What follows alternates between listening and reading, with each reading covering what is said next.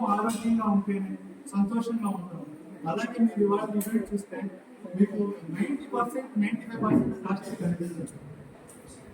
మీరు ముఖ్యంగా చూడాల్సిన విషయం అది.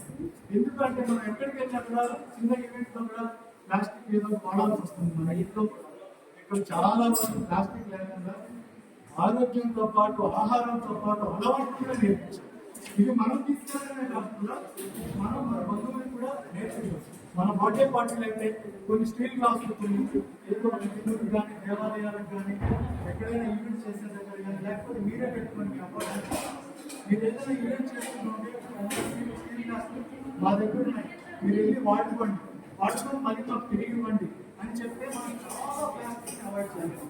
ఎందుకు అంటే ఈ తిరుపతిలోనే ఎందుకు అంటే ఇక్కడ సెలబ్రిటీస్ ఎక్కడి నుంచో వస్తున్నారు, వాళ్ళకి వేరే అవకాశం లేక ప్లాస్టిక్ వాడుతున్నారు.